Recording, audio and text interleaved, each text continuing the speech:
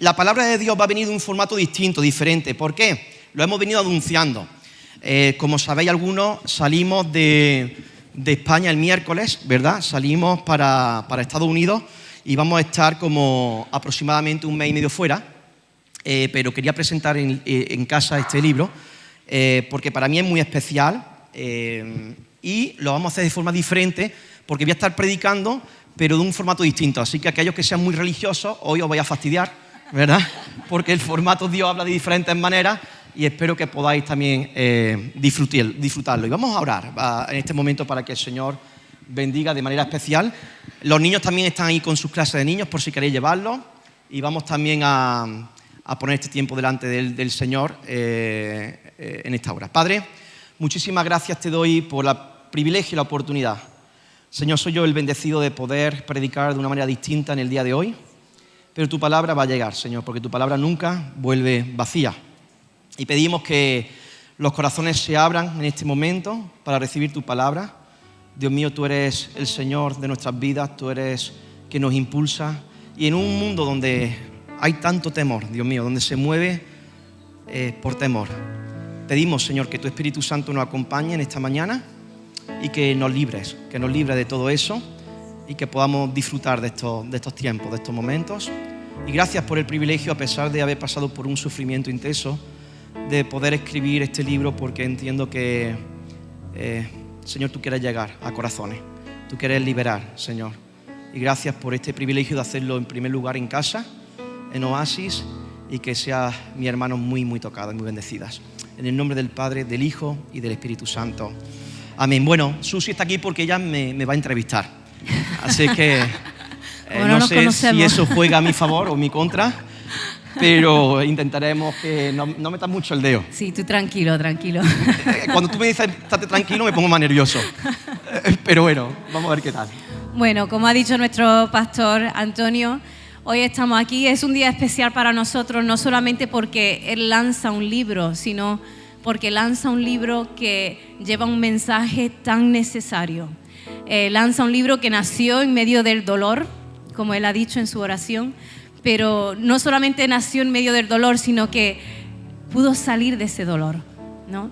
Y hay tantas personas que están atravesando momentos difíciles en su vida y estoy muy agradecida yo porque escribió este libro, El atormentador de tormentas. Y en primer lugar yo quiero preguntarte, Antonio, cariño mío, ¿qué te llevó a escribir este libro? Vale, bueno. En medio de un proceso de ansiedad, de ataques de pánico y de depresión, yo ya estaba pastoreando esta iglesia. Hubo una oración, yo tenía un cuaderno de a bordo donde cada día tenía mi propio devocional con el Señor. Y fui escribiendo lo que iba sintiendo, todo el proceso, todo el recorrido. Y era tanto el dolor que yo sentía en ese momento. De hecho, mis cuadernos no los tengo aquí, pero si los veis algún día vais a ver cómo la tinta está corrida, porque mientras yo iba escribiendo, lágrimas salían de mi interior por los ojos y mientras iba escribiendo se iba la tinta corriendo. Y hace un tiempo atrás, mejor dicho, repasando los cuadernos, me di cuenta que hay una oración en el año 2021-22 donde le dije a Dios: Señor, permíteme algún día escribir algo que tenga que ver con este tema. Porque sí es verdad que era mi segundo libro, pero no sabía el segundo libro si quería escribirlo sobre liderazgo, sobre fe, y estaba ahí como en las nubes, ¿no? Sin embargo, cuando pasé por este proceso, ahí encontré una hoja donde dije: Señor, algún día me encantaría que un tema tan tabú como este en la iglesia, que a veces no se habla, bueno, a veces, la mayoría de las veces no se habla, pudiera salir a luz de manera genuina y de manera limpia. La idea fue siempre intentar ayudar a las personas que están atravesando, no por ansiedad, por ataque de pánico, depresión, porque también es muy bueno para eso, pero sobre todo para el tema de personas que están andando bajo el temor, ¿no? Digo, el Señor quiere hacernos libres del temor y me encantaría que se pudiera hablar con transparencia sobre ello. Sí. Amén. ¿Cuántos tenéis temores? Por eso, un tema muy relevante. Quiero que puedas en esta mañana, yo he tenido el privilegio de leer el libro ya, antes de todos vosotros. Y me gustaría que pudiese leer un extracto de tu libro, que creo que has decidido leer la introducción, ¿no? Sí, porque es la más corta. Y así, a ver si puedo, porque aquí. Bueno, introducción. Cuando mi hijo vio lo que yo no quería ver. Papi, ¿qué te pasa? No me ocurre nada, hijo. Solo estoy agotado con la construcción del nuevo templo. Esa fue mi respuesta automática, un intento desesperado por esquivar una conversación incómoda. Pero su pregunta tan sencilla y directa me golpeó como un rayo. No porque ignorara mi propio estado, sabía perfectamente que estaba en un momento crítico, algo que mi esposa y yo comentábamos en privado. Lo que me descolocó fue que mi hijo, con apenas 9 años, notara que algo no iba bien. El segundo, tercer y cuarto día volvió a preguntar lo mismo. Su insistencia era como un espejo que reflejaba una verdad que no quería enfrentar. Mi respuesta seguía siendo la misma, aunque mi incomodidad crecía. ¿Cómo podía este niño tan pequeño percibir lo que yo intentaba esconder, incluso de mí mismo? Tony, mi único hijo, era implacable. Dicen que se parece a su padre, y quizás sea cierto. No se da por vencido cuando algo no le encaja. El quinto día me lanzó de nuevo la misma pregunta, y esta vez no pude contener mi irritación.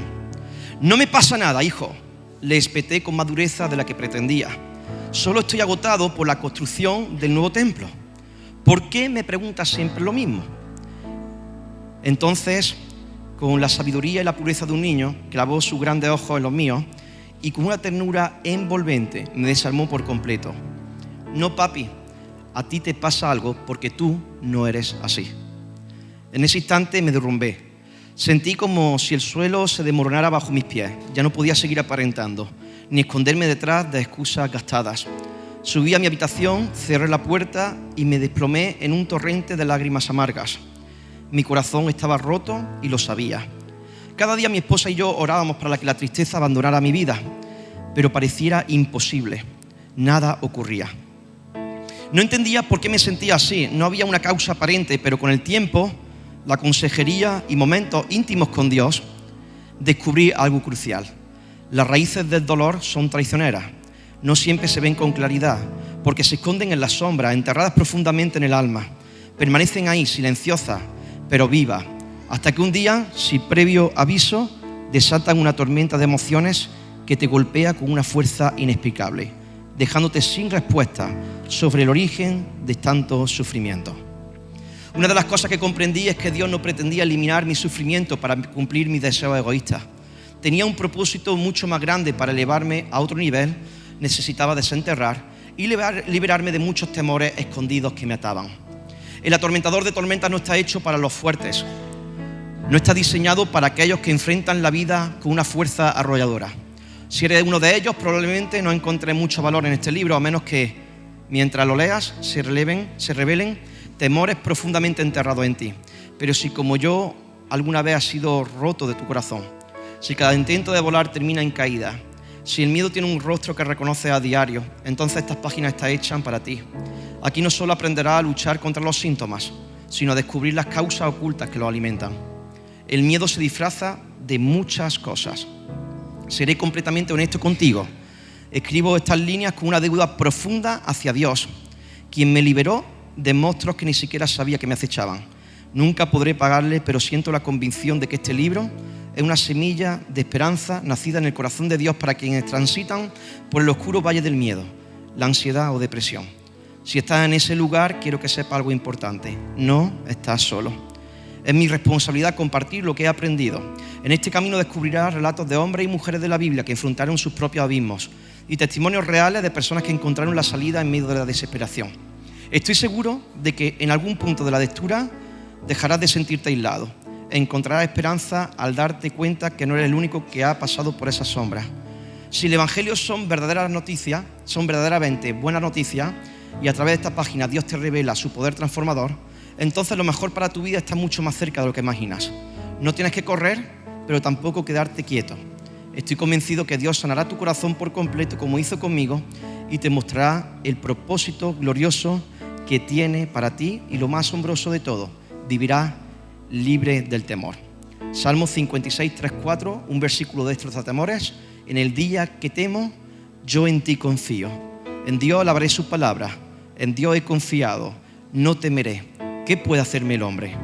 A veces el miedo llega sin previo aviso, pero como dice este salmo, podemos tomar una decisión poderosa, confiar en Dios y alabar su palabra. Con Él a nuestro lado, el miedo pierde poder. La verdad es que cuando confiamos en Dios, el temor no tiene lugar en nuestra vida. Esa es la introducción.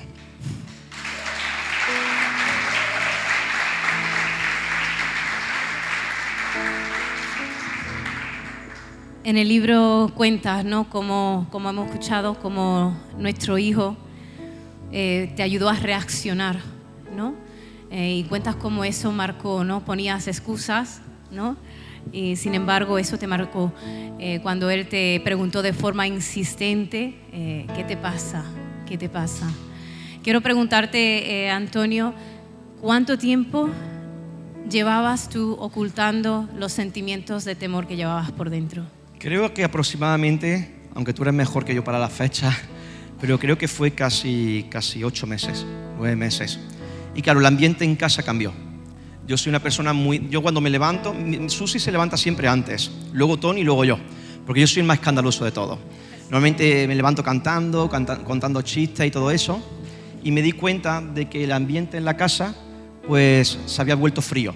No teníamos problemas dentro de la casa, gracias a Dios siempre mi casa ha sido un lugar de refugio, mi esposa y mi hijo, pero sí es cierto como que esa tristeza me provocó un shock tan fuerte que creo que Tony se dio cuenta rápido porque estaba siempre jugando con él, riéndome con él, haciéndole juegos, y claro, creo que él notó ese cambio de semblante en mi corazón, pero estuve ocultándolo, ese cambio, aproximadamente unos 8 meses. 8 meses. Sí. ¿Y qué fue lo más difícil de reconocer en ese tiempo? Bueno, para mí lo más difícil, tuve que tomar decisiones que me sacaron de mi zona de confort. Nosotros tenemos como un patrón de pensamientos, ¿no? Y a veces romper con ese patrón de pensamientos, que es tu círculo de seguridad, hace que de alguna manera u otra no quieras salir de ese bucle.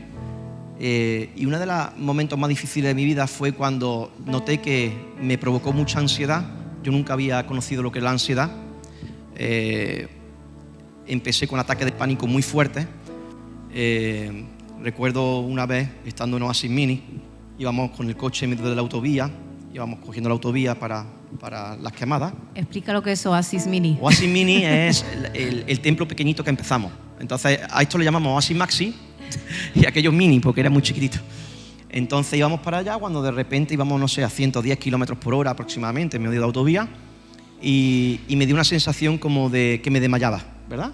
Y te dije, Susi, me pasa algo. Como pude, llegamos rápido a la iglesia, me tumbé en el sofá arriba y ahí fue cuando te dije, Susi, llévame al hospital, me está pasando algo. No sé lo que me pasa, pero me está pasando algo. En ese momento yo no sabía lo que era, desconocía lo que estaba sintiendo y entrando por la puerta del hospital fue mi primer ataque de pánico que me dio dentro de la consulta.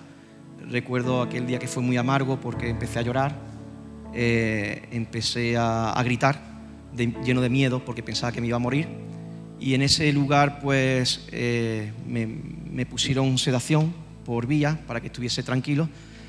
Fue el primer ataque de pánico y fue cuando me di cuenta que algo estaba pasando, que algo estaba pasando. Todo eso se intensificó luego, pero lo más difícil fue a mí aceptar que había perdido todo el control de mi vida. Eso es lo más difícil que pude sentir en ese momento. Te costó un poco reconocer, ¿no? En ese Sí. momento lo que te estaba sucediendo. Recuerdo que estuvimos pensando a ver si iba a ser la tensión alta, a ver si iba a ser una mala digestión, porque habíamos comido fuera el día anterior, muchas diferentes cosas, ¿no? Pero sí entró un médico para asesorarte, ¿no? Allí en el hospital y creo que eso fue algo también que fue muy importante, ¿no? En ese momento. Me gustaría que pudiese también decir lo que el médico te dijo en esos momentos. No sé si esa fue la primera vez o la segunda, porque ya no en el tiempo no recuerdo muy bien, pero es cierto que la segunda o esa primera, no recuerdo muy bien. Pero sí es cierto que mientras me estaban sedando, yo estaba gritando. En aquel momento los médicos se tiraron encima mía para aplacarme y me empezaron a gritar para que me calmara. Ellos saben manejar todo esto, ¿no? Yo creo que como me veían tan desbocado, dice, bueno, pues si tú vas a sentir que estás desbocado, me voy a poner yo por encima tuya, ¿no? Entonces se tiraron ahí en señal como si fuese fútbol este americano, ¿no? Béisbol, a aplacarme, ¿no? Y claro, me llevaron a un box, a una sala sola, y ahí pues, aunque el medicamento me dejaba cao, mi cuerpo saltaba para arriba. Entonces, de repente estaba durmiendo y ¡pum!, se levantaba el cuerpo como una cosa así. Y entonces yo sentía más miedo todavía y me quedaba dormido y ¡pum!, saltaba de nuevo. Y entonces ahí rápido Susi llamó y el médico ahí, cuando entró, me preguntó, ¿qué te pasa, Antonio? Cuéntame. Pero ¿cómo tú le dices a un médico lo que realmente te está pasando? Porque el problema venía de un trasfondo que tenía que ver con iglesia. Personas que yo quería muchísimo habían hablado mal de mí, personas que habían comido en mi mesa, de repente se volvieron contra mí por el hecho de levantar la nueva iglesia Oasis. Y fueron 3 años, me acuerdo, 3 años de yo callarme, de yo silenciarlo. Pero ¿cómo le explicas tú eso a un médico? Entonces, lo que me costó más es hacerme vulnerable. Y yo en ese momento le dije al médico, no me pasa nada, simplemente dame medicina y me marcho. Es lo que yo le dije, ¿no? Y entonces el médico me miró y dice, mira, Antonio, te pasa algo y tienes que hablarlo. Porque si no lo hablas, lo mejor que te puede pasar es que medio cuerpo se te paralice. Eso es lo mejor. Porque no es normal que te metas medicina para un caballo y tu cuerpo esté botando de la cama. Yo puedo calmar tu cuerpo, pero no puedo frenar tu mente. Y tu mente está en un momento de desbordamiento. Entonces te recomiendo que puedas buscar a un psicólogo o una psicóloga y puedas hablar sobre esto. Y yo lo miré así y dije, vale, pero como si nada, ¿no? Como si nada. Tú dame medicamento, es lo que yo le decía, ¿no? Para calmar, que yo controlo. Y eso fue también un momento bastante complicado, ¿no? La vulnerabilidad, el hacernos vulnerables, el pensar que todo tiene que ser como una imagen de que está todo bien, no por así decirlo. Hablas de traición, de rechazo, sí. De mucha presión que viviste en esos momentos. Y ha titulado el libro El atormentador de tormentas. Sí. Tú estabas atravesando una tormenta. Sí. Cuéntanos, ¿por qué le pusiste al libro este título? Cuando empezó a darme más fuerte, me acuerdo que me fui para Estados Unidos. Hay un capítulo que lo menciono, que es la habitación 319. En esa habitación del hotel fue cuando realmente yo dije, no, algo tengo que hacer. Pues yo estaba solo en New Jersey, en medio de un hotel, a oscuras, y como a las 2 de la madrugada me dio otro ataque de pánico muy fuerte. Tan fuerte que tuve que arrastrarme por el suelo para poder llegar al cuarto de baño y tirarme un poco de agua para ver si se me pasaba. Y al día siguiente tenía que predicar en 2 iglesias. Ese día cuando yo llegué a la iglesia era todo menos yo. Imagínate, de toda la noche estar pasando unos síntomas muy fuertes. Recuerdo que esa misma noche tomaba el vuelo para España. Y entonces la sala de descanso en el aeropuerto me dio una fuerte. Y claro, ahí mientras me estaba dando yo pensé, digo, bueno, será porque estoy lejos de mi familia. Y dije, Dios mío, que no se den cuenta la azafata, porque si no, no me van a dejar entrar en el vuelo. Entonces yo oré al Señor y me vine para acá. Y cuando yo llegué aquí a España, me volvió a dar de nuevo y ya dije, tengo que hacer algo. Entonces ahí fue cuando realmente yo tomé conciencia de que necesitaba ayuda. Me fui directamente a hablar con un pastor de aquí de Córdoba, al que le tengo un aprecio y un cariño muy, muy grande. Y a partir de ahí comencé consejería pastoral, junto con consulta de psicología. El primer psicólogo que me cogió, no encajé con él, me hacía cosas muy raras. No todos son iguales, pero las campanitas y cosas sin ruidos raros, entonces busqué otra que tenía voz de camionera, ¿verdad? Pero fue la que Dios puso en ese camino. Y durante toda esa semana empecé a tener un tratamiento con ellos dos. y también una pastora de la línea, también me empezó a dar consejería. Y ahí comencé a descubrir ciertas cosas de Dios que yo desconocía. Aunque era predicador, aunque era pastor, había cosas en mí que habían dicho, no he visto a Dios desde esa perspectiva. Y empecé a descubrir que todo lo contrario, empecé a descubrir de que si tengo un Dios, tengo que conocer sus atributos, quién es Él, para poder vencer todas esas cosas que me están atormentando. Y me di cuenta de que Dios era el atormentador de mis tormentas. Esa escena, por ejemplo, de Jesús en Gadara, no sé si os acordáis. Jesús en Gadara, entra Jesús en la ciudad de Gadara, y allí ¿quién había? Un hombre que estaba totalmente endemoniado. Dice que tenía legión de demonios, ¿no? Y dice que la historia que en ese pueblo de Gadara, en esa ciudad de Gadara, esa aldea, ahí ese hombre provocaba pánico a los vecinos, porque andaba desnudo por las calles pegando gritos como un loco. Dicen que lo ataban con cadenas y rompía las cadenas de la fuerza que tenía porque estaba endemoniado. Y en ese momento, cuando entra Jesús en escena, él mismo, ese hombre endemoniado, se acerca a Jesús y los demonios le dicen a Jesús: Jesús, ¿por qué nos atormentas? Y entonces ahí descubrí que Dios era el que atormenta las tormentas. O sea, no estoy hablando de un Dios que lo pone en un crucifijo con cara de penita. Estoy hablando de ese Dios que cuando se levanta sus enemigos huyen. Y cuando pude entender de que Jesús era el atormentador de cualquier miedo, de cualquier cosa, entonces empecé a cambiar mi forma de pensar. Entonces, navegar en esos atributos de Dios, navegar en esa seguridad de que Dios dice su palabra que cuando Él se levanta sus enemigos huyen, que fuego sale de sus ojos. Cuando empecé a ver a Dios desde esa perspectiva, mi nivel de miedo, de ansiedad, de ataque de pánico bajaron muchísimo. Empecé a descubrir eso, el atormentador de las tormentas, ¿no? Fenomenal. ¿Cómo descubrimos el atormentador de tormentas, no? Hay algunos que habéis escuchado esta ilustración, pero ¿a cuánto le dan miedo aquí la cucaracha? Aquí. ¡Wow! Vale, María Jesús, ¿te da miedo las cucarachas? Pánico. Fantástico, porque ahora me voy a dirigir a ti, María Jesús. ¿Vale? Te tocó la china. Imagínate, tú tienes miedo a las cucarachas y un día me dice: Antonio, necesito hablar contigo. Vámonos a mi oficina y hablamos. Y ahora, en la oficina, mientras estamos hablando, digo: un momentito, que ahora vengo. Y traigo una caja grande, tú no ves nada, no sabes lo que está dentro de la caja, no te pongas mal, tranquila. Por favor, orad por ella que se está poniendo mal allá. Digo: María Jesús, me voy a la puerta y abro la caja y te tiro 300 cucarachas y cierro con llave y te cierro el pestillo con llave. Seguramente María Jesús grite, chille, se acuerde de mi madre, se acuerde de mi padre, de todo el mundo se va a acordar. Ahí gritará, se pondrá, ¿sí? Pero cuando pasan 3 minutos que yo la siento gritar, ahora abro la puerta y le meto un león y le cierro rápido, ¡pum!, y le cierro. ¿Ahora qué te pasaría, María Jesús? Ya las cucarachas son insignificantes, ¿verdad? Eso es lo que ocurre con Dios. Cuando tú ves a Dios como ese león, las cucarachas no son nada. Entonces, ese es el concepto del atormentador de tormenta. Cuando sientas que las cucarachas lleguen, observa al león, observa a Dios. Gracias, Javier. Amén. Bueno, hablas en tu libro acerca del miedo al rechazo. También hablas acerca del miedo al fracaso, el miedo al no ser suficiente, que yo creo que algunos de los que estamos aquí nos podemos identificar con esos miedos.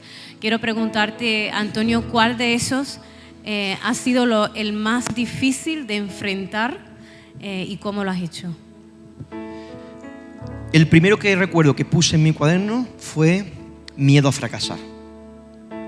No me gusta fracasar. No me gusta sentir que he perdido. Mi mente está diseñada para ganar, aunque ese concepto de ganar no es verdad. Pensamos que ganamos cuando tenemos un éxito, aparente éxito, pero muchos de los éxitos son fracasos, ¿no? ¿De qué me sirve ganar mucho dinero si pierdo a mi familia? ¿De qué me sirve afanarme por algo cuando pierdo la salud? O sea, muchas veces ese concepto de éxito, para mí, ¿qué es éxito? Para mí el éxito está en el perfecta voluntad del Señor, en el centro. No importa si estoy pasando calamidad o hambre o si tengo abundancia. El éxito es estar en el perfecto plan de Dios, ¿no? Y en ese miedo de fracasar fue cuando alquilé esta nave.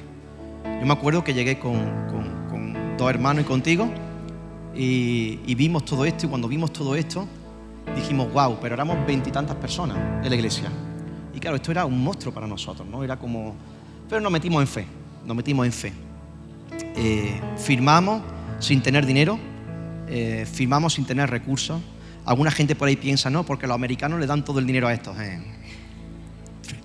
Qué gracioso. Aquí nadie da nada. Aquí tienes que trabajar muchísimo y cuando tú trabajas muchísimo luego viene la provisión, pero tienes que trabajarlo, ¿verdad?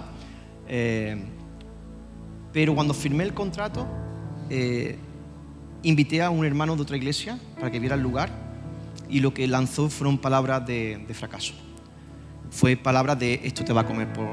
Y ahí empecé a tener miedo a fracasar y estaba oculto, estaba muy oculto. Porque en ese momento, cuando yo escuché este consejo, a mí no me estaba dando temor. Fue en el proceso de sanidad interior, cuando empecé a notar que muchas de las cosas que me tenían preso era el fracasar. Y si no puedo terminar con la construcción, si no llegan los recursos, si nunca llegamos a tener hermanos en la iglesia, y si me da una enfermedad y no puedo continuar, ¿qué va a pasar? Muchas cosas venían a mi mente, ¿no? Y aprendí algo que lo sustituí y que puede ser muy bien. Cuando Jesús es bautizado, recordáis esa escena, ¿no? Es la manifestación plena de la Trinidad, Padre, Hijo y Espíritu Santo. ¿Por qué? Porque dice que mientras está siendo bautizado Jesús, se abren los cielos y una voz desde arriba que dice, este es mi Hijo. O sea, si dice este es mi Hijo, ¿quién está arriba? El Padre, en que tengo complacencia. Y de ese momento la paloma en forma del Espíritu Santo se presenta, o sea, la Trinidad en el mismo escenario, ¿no? Y es muy curioso, porque dice, este es mi Hijo amado, en quien tengo complacencia, es decir, me deleito, me complace, me derrito a la hora de verlo. Y mi pregunta fue, ¿qué había hecho Jesús hasta ese entonces? Nada. ¿Había curado a algún enfermo? Todavía no. ¿Había sanado a algún muerto? Todavía no. ¿Había liberado a algún endemoniado? No. Fue a partir de eso. Y el Padre le dijo, no hace falta que hagas nada, me complaces. Cuando yo entendí eso, mi miedo al fracaso se fue, porque entendí de que pase lo que pase, Dios iba a estar conmigo. Que Dios no estaba conmigo por si soy exitoso o un fracaso. Es más, creo que en mis propias fuerzas siempre fracasé, que no obtuve nada por mí mismo, sino que fue el Señor que me lo permitió. Y ahí entendí algo importante. El no esperar resultados. No esperar resultados. Jesús toma a sus discípulos y los manda a predicar de 2 en 2 a la aldea. Y cuando me los manda a predicar de 2 en 2, dice que le da autoridad sobre ellos. Y cuando le da autoridad sobre ellos, les dice que vayan a predicar. Y se van de 2 en 2 a predicar. Y entonces empiezan a hacer cosas maravillosas. Empiezan a sanar a las personas en el nombre de Jesús. Empiezan a liberar a los endemoniados. Milagros a través de ellos ocurren. Jesús dijo, lo mismo que estoy haciendo yo lo vais a hacer vosotros. Esa misma autoridad tenéis vosotros. Y cuando regresan de vuelta, están como cerdos en medio de un charco, contentos. Están contentísimos porque han ocurrido grandes milagros. Y entonces le dicen a Jesús, Jesús, hasta los demonios se nos sujetan. Y Jesús le dice, sí es cierto, yo vi como un rayo del cielo cayó, Satanás cayó como un rayo del cielo hacia el suelo, en señal de que había perdido. Dice, pero, y en ese pero descansé. Pero no te regocijes de que los demonios se sujetan, regocijaos de que vuestro nombre está escrito en los cielos. ¿Y qué pasa si mañana no salen las cosas bien? No pasa nada. ¿Y qué pasa si los espíritus mañana no se sujetan? ¿Y qué pasa si mañana no se sanan? ¿Y qué pasa si pierdo mañana el trabajo? ¿Y qué pasa si mañana pierdo la economía? ¿Y qué pasa si mi vida cambió por completo? No pasa nada. Simplemente asegúrate de que tu nombre está escrito en los cielos. Y ahí fue cuando dije, adiós al miedo a fracasar. Así que ahora ya me da igual. O sea, mi nombre está escrito en el libro de los cielos, en el libro de la vida. Amén. Bueno, hemos dicho al inicio de la entrevista que los temores es algo que todos, ¿no?, podemos identificarnos, ¿no? Y quizá alguno incluso identificáis con alguna de las experiencias que Antonio ha estado comentando acerca de ataques de pánico, de ansiedad. ¿Qué consejo, Antonio, puedes dar tú a aquellas personas que están atravesando momentos parecidos a lo que tú has experimentado y lo están atravesando en silencio, en lo oculto, nadie lo ve? ¿qué le dirías tú? Mira, el problema de los temores es que es un pecado. Yo pequé contra Dios. Es idolatría. O sea, cuando el temor ha tomado tu corazón, le estás diciendo al temor que es más poderoso que tu Dios. ¿Cierto o no? O sea, cuando mi miedo por quedarme sin trabajo está ahí, significa que tu trabajo es más importante y más poderoso que tu Dios. Porque si Dios estuviese arriba del todo, no tendrías que temer.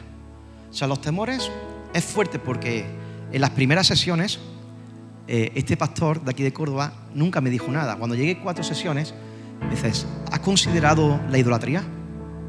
Idolatría no es ir detrás de un trozo de escayola o una imagen.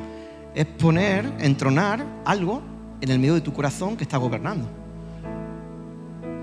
¿Por qué tienes miedo a fracasar? Seguramente por la aceptación de la gente, porque me gustaría tener la aceptación de la gente, le dije, porque no quiero que la gente piense de mí que he fracasado. Entonces estaba operando desde una mentira. Entonces la única manera de quitar una mentira es implantando 3 verdades. Es decir, es cuando mi madre, por ejemplo, mi padre, cuando estaba de pequeñito en la habitación o adolescente, entraba por la noche, había estado toda la noche durmiendo y por la mañana estaba todo cargado, viciado, ¿no? El ambiente, ¿no? Y nuestros padres, ¿qué hacían? Entraban, niño, abre la ventana, que esto está viciado, ¿no? ¿Cuántos padres habéis dicho eso alguna vez a vuestros hijos? O solamente mi madre olió mis carnes. No. Ustedes también olían, ¿eh? Lo mismo no abrían la ventana, pero también da el tufo, ¿verdad? Las hormonas por ahí soltándose. Entonces, ¿qué ocurre? Que cuando tú abres esa ventana, el aire nuevo echa el aire viciado. El corazón es una fábrica de ídolos. Entonces, para que esos ídolos se vayan, que muchas veces son dolores, son cosas que provocan mucho dolor, mucho temor, lo que hace Dios es que empieza a destrozar todo lo que el corazón ha ido reinando y gobernando. Entonces, una de las preguntas que tienes que hacerte, o 2 preguntas que tenemos que hacernos, es, por ejemplo, tengo miedo de que, no sé, de que la iglesia no le guste yo como pastor, por ejemplo. Antes me daba pánico que un hermano a lo mejor viniera y no solamente manifestara su disconformidad con mi forma de pastorear, sino que a lo mejor se fuera hablando de mí. Eso antes me aterraba. Entonces, yo quiero, por ejemplo, que ellos me quieran, sí, y está bien, ¿no? Sería absurdo que yo quiero que Jonathan me quiera. Claro que quiero que Jonathan me quiera. ¿Lo necesito? Porque si mi respuesta es sí, hay idolatría. El problema no es querer, el problema es necesitarlo. Entonces, seguramente detrás de ese miedo a fracasar necesitaba la aprobación de ciertas personas. Entonces, hoy lo quiero, sí. ¿Lo necesito? No. Entonces, eso nos ayuda muchísimo a poder entrar en esa pregunta donde tú me decías, ¿qué consejo le daría a la gente? En primer lugar, no te calles. No te calles. Y por eso lo estoy hablando así de manera clara. No te calles, háblalo. Cuando tengas temores en tu vida, háblalo. Dice la palabra, yo estuve callado 3 años de mi vida. 3 años, en silencio. De todo lo que había escuchado, de todo lo que estaba levantando, había gente que no le gustaba la idea de que Oasis naciera y me hicieron la vida un poco complicada. Durante 3 años estuve callado y ahí fue cuando explotó todo. La ansiedad, los ataques de pánico, la depresión. Si eso mismo yo hubiese hablado, yo me callé en cierta manera por proteger la iglesia del Señor, aquí en la ciudad de Córdoba, ¿verdad? Y hoy lo hablo no desde el resentimiento, porque jamás, y eso es algo que Dios nos ayudó, jamás tomamos nunca lugar en nuestro corazón para albergar odio a alguien. Todos los días orábamos, perdonando, le decíamos, Señor, perdónalos porque no saben lo que hacen, Señor, perdónalos porque no son ni siquiera conscientes de lo que están haciendo, perdónalos, ¿no? Y en ese sentido, cuando yo hablé en oración acerca de perdonar, me di cuenta de algo, que nuestro corazón estaba bien con la gente, pero es como si a tu agresor le perdonas que te pegue una puñalada, pero no va al hospital luego. Y eso fue lo que ocurrió conmigo. Durante 3 años silencié con tal de que nadie supiera nada y de no perjudicar nada, ¿no? Y ese fue mi gran error. Mi gran error fue silenciarme tanto tiempo. Consejo que os daría: cuando paséis por momentos difíciles de vuestras vidas, no os calléis. ¿Por qué? Porque Dios trabaja a través de gente. Y esa gente que Dios escoge te van a ayudar a salir de esa situación. Dice la palabra en Santiago: confesaos vuestros pecados los unos a los otros para que seáis sanados. Y aquí no tiene que ver con pecado, pero sí tiene que ver con temores, con miedos, donde tú los puedes confesar. Y en ese concepto de confesión, y tú lo confiesas a un amigo, a una amiga, a alguien que sea maduro, hay como una libertad. ¿Por qué? Porque Dios siempre opera desde la luz, no desde lo oculto, no desde la oscuridad.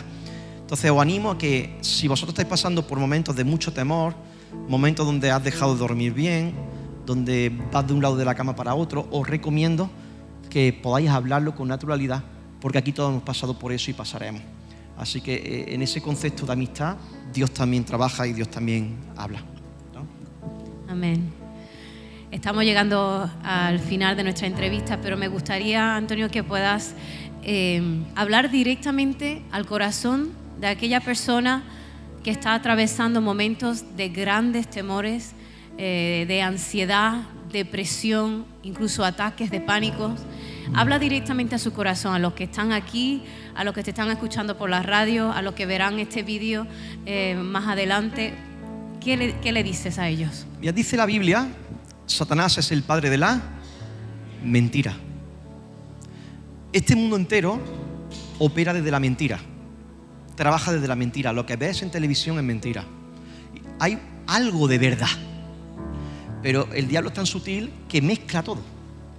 O sea, es como si tú quieres beberte una Coca-Cola y yo te digo a ti: mira, una Coca-Cola, te echo la latita, pero te hago un poquito de pipí dentro de la Coca-Cola, ¿te la beberías? Eso es lo que hace este mundo.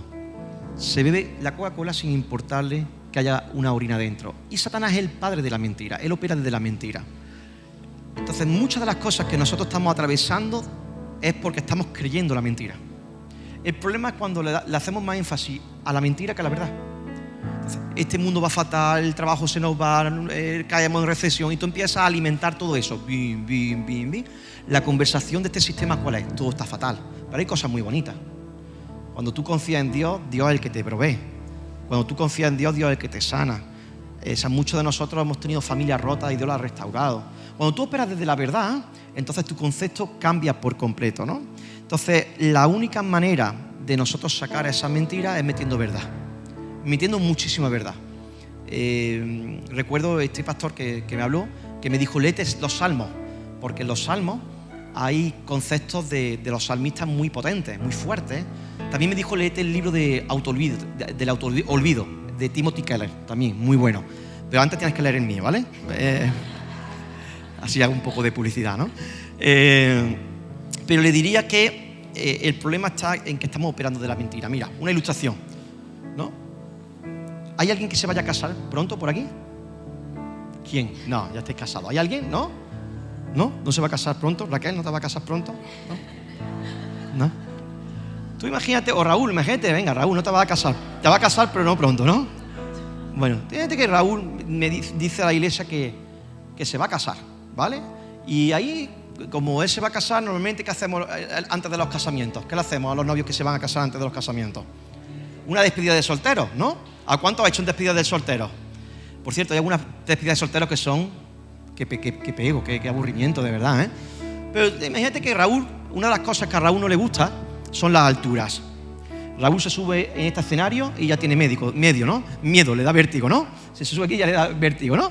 Entonces, nos vamos todos a hacer la despedida de soltero de Raúl. ¿Me acompañas? ¿Sí? ¿Me acompañas con él? Le hacemos la despedida de soltero. Nos vamos todos a hacer la despedida de soltero y ahora decimos: te tapamos los ojos. Ya te tapamos los ojos porque no sabes lo que va a pasar.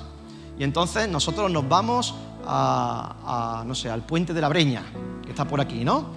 Y entonces le dice: Raúl, espérate un momentito, que te voy a poner una cosa. ¿El qué es? Es un arnés. Y ya empieza a entrar en pánico, porque sabe que algo va a pasar. Empieza a chillar, lo empezamos a coger. No te preocupes, Raúl, no te preocupes. Le ponemos el arnés, lo enganchamos, le hacemos como el sonido del mosquetón, ¡clac! Como que cierra, se lo ata. Tranquilo, que va a estar seguro. Confía en nosotros. Y él empieza ya a llorar porque no puede hacer nada, porque tenemos a 12 tíos agarrándolo fuerte, para poder tirarlo por el puente hacia abajo, que va a hacer su primera vez puenting. Y a él le da pánico el puente, y si no es capaz ni de saltar la valla de la casa.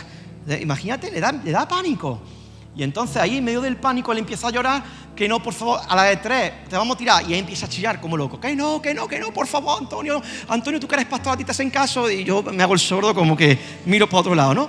A la de 3, venga, contad. Y nosotros, entre nosotros todos riéndonos, nos reímos todos porque se está poniendo desquiciado de los nervios. ¡Tada! Contamos 3, 3, 2, y él no, 1, y lo empujamos. Y cuando lo empujamos, resulta que él realmente nunca estuvo en un puente, estuvo en un escaloncito. Y ahora todos los demás nos empezamos a reír de él, porque él se ha quitado la venda y se da cuenta que sí, que está con el arnés, que está todo, con todo montado, pero que realmente nunca estuvo en un puente, que realmente nunca lo iban a tirar, que realmente nunca iba a saltar. ¿Y él qué pasa? Ahora se siente ridículo, se siente avergonzado porque nunca fue real y los demás se están riendo de él. Así es el temor. Así es Satanás. Él te hace creer que algo malo te va a ocurrir y simplemente lo único que ocurre es que no estás viendo de una manera clara. Entonces el atormentador de tormentas viene a decirte en este día de que no tengas miedo, no dediques tu tiempo a temer, porque muchas de las cosas que estás temiendo nunca acontecerán. Y si acontecen, no te preocupes, que Dios está contigo y te respaldará y te sacará de donde estés, porque así es nuestro Señor. ¿Bien?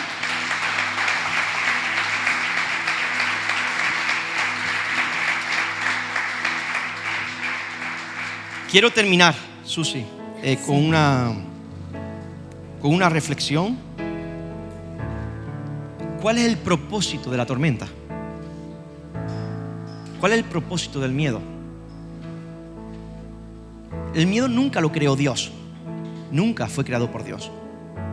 Pero Dios sí lo usa para hacer algo distinto en nuestras vidas, algo diferente. Y quiero ponerte un ejemplo que a mí me ayudó muchísimo, y es el ejemplo de Job. Job está, de alguna manera u otra, en sus mejores momentos. Job es un hombre rico, según la Biblia. Dios no tiene problemas con la riqueza. Dios bendijo a Job de una manera maravillosa, increíble. Era un hombre riquísimo, millonario, por así decirlo. Y estaban todos sus hijos ahí con él. Todos los días ofrecía sacrificios por su hijo. Pero un día, Satanás se presenta delante de Dios, dice la historia. Y mira lo que hace Dios. Atención, porque si lo lees rápido ese libro, pero si lo lees entre líneas, es interesante. Y Dios le dice a Satanás: ¿de dónde vienes y a dónde vas? Número 1, dame explicaciones. Tú te debes a mí, no yo a ti. ¿Veis? Dios está por encima. ¿De dónde vienes y a dónde vas? Dice: de recorrer la tierra. Y dice ahora él, dice Dios a Satanás: ¿has visto a mi hijo Job? No hay ninguno como él. ¿Qué está haciendo Dios aquí? Porque los que conocemos la historia de Job, a mí no me gustaría que me nombrara en esa situación. Pero mira lo que hace. ¿Has visto a mi hijo Job? No hay ninguno como él. Él es recto, intachable, él es temeroso de Dios. Y Satanás, que cae, no en la trampa, porque Dios no es tramposo, pero Satanás, que es ingenuo, que no es inteligente, le dice: claro, lo tienes bendecido. Satanás está siendo usado por Dios. Dios le está metiendo en un escenario porque quiere enseñarle a su hijo Job algo importante. Dice Dios: tócale, pero no le quites la vida. Y a partir de ahí se despliega un caos en la vida de Job. Entonces, ocurre que la primera noticia que le dan a Job, ¿cuál era? De que había perdido todos sus ganados. Vinieron vinieron los enemigos, mataron a los criados y se llevaron los ganados. En otras palabras, pobreza. En aquel tiempo, la ganadería, la agricultura era el sistema económico en aquellos momentos. Y ahí Job, ¿qué dice? No maldice a Dios ni nada. Dice: Job Dios, o sea, Dios quitó. Pero dice, al momento que llega otro siervo de él, y Job, estaban tu hijo en casa cenando, comiendo, en fiesta, y de repente vino un gran viento, cayó la casa y los mató a todos, a los hijos. ¡Wow! Y Job ahí no dijo nada. Y luego llegó Satanás y tocó la vida de él, pero no para matarlo, sino para meter una enfermedad. Dice que llagas tenía desde los pies hasta la cabeza. Y allí Job después de un trance muy difícil en su vida, donde ha perdido sus posesiones, donde ha perdido a sus hijos, donde además la enfermedad ha tocado su cuerpo, ciertos amigos estaban al lado de él, pero no eran muy buenos amigos porque estaban intentando decir como que él era el culpable de toda la situación. Y ahí en ese momento, iglesia, él se quejó delante de Dios. Y empieza a quejarse.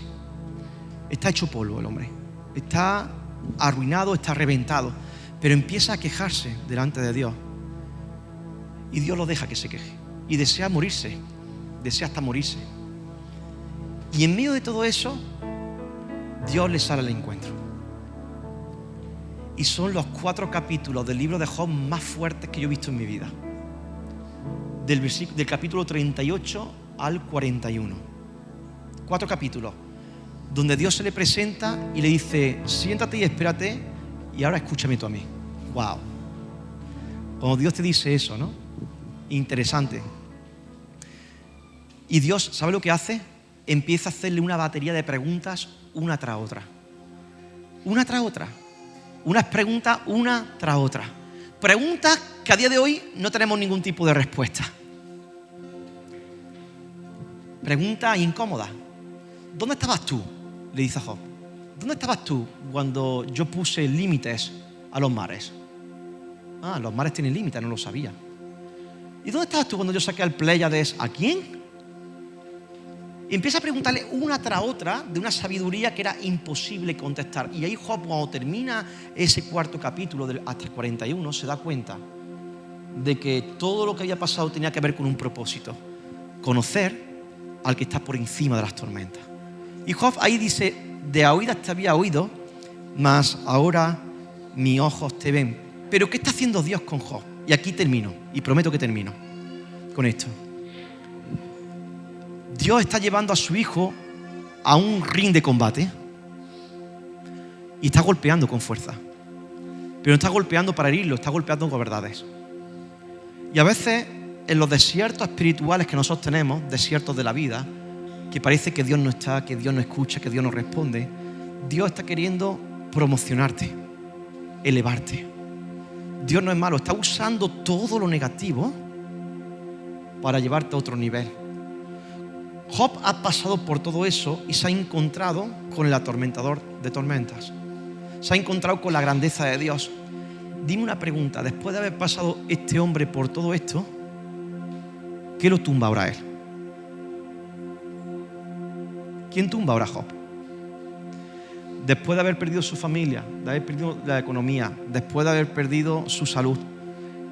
Pero Dios le aparece, le encuentra y empieza a conocer realmente a ese Dios grande y poderoso. ¿Quién lo hace ahora desmayar a ese hombre? Nada. El propósito del desierto tiene que ver con hacerte inexpugnable. Creo que por aquí lo pongo, aquí, inexpugnable. Ese concepto de inexpugnable es que no te va a tirar nada. Vienen los golpes y tú te mantienes fuerte porque has establecido tu vida sobre torres fuertes, sobre roca. Y tenemos que andar desde esa libertad, saber de que Dios nos ha llamado a poder ser libres de todo aquello que nos atormenta. Pues lo pasó lo mismo a Elías dentro de la cueva, cuando él se asusta porque Jezabel lo está persiguiendo y lo quiere matar. Y Dios le sale a Elías y le dice: Elías, sal para afuera, sal de la cueva. ¿Y por qué estás temiendo? No, porque Jezabel me ha dicho que me iba a matar en menos de 24 horas. ¿Y sabes lo que hace Dios? Que en medio de este temor, dice la Biblia, que ahí, en medio de todo eso, manda un terremoto fortísimo delante de Elías. Y entonces Elías empieza a sentir miedo. Luego manda un viento fortísimo que rompe las montañas por la mitad. No sé si tú has visto alguna vez eso, yo nunca lo he visto. Un viento que rompe las montañas en la mitad. Y también manda fuego del cielo y empieza a caer. ¿Qué está haciendo Dios? Le está diciendo: si hay alguien a quien vas a temer, no va a ser a Jezabel ni a esta vida. Vas a aprender a temerme a mí. Porque cuando me temes a mí, dejas de tener miedos. Porque el temor a Dios no es que tú le temas por lo poderoso que es entender que Él es tan poderoso que Él gobierna y domina nuestras vidas. Entonces dice la palabra que cuando Él está por nosotros, ¿quién contra nosotros? ¿Quién contra nosotros? Amén.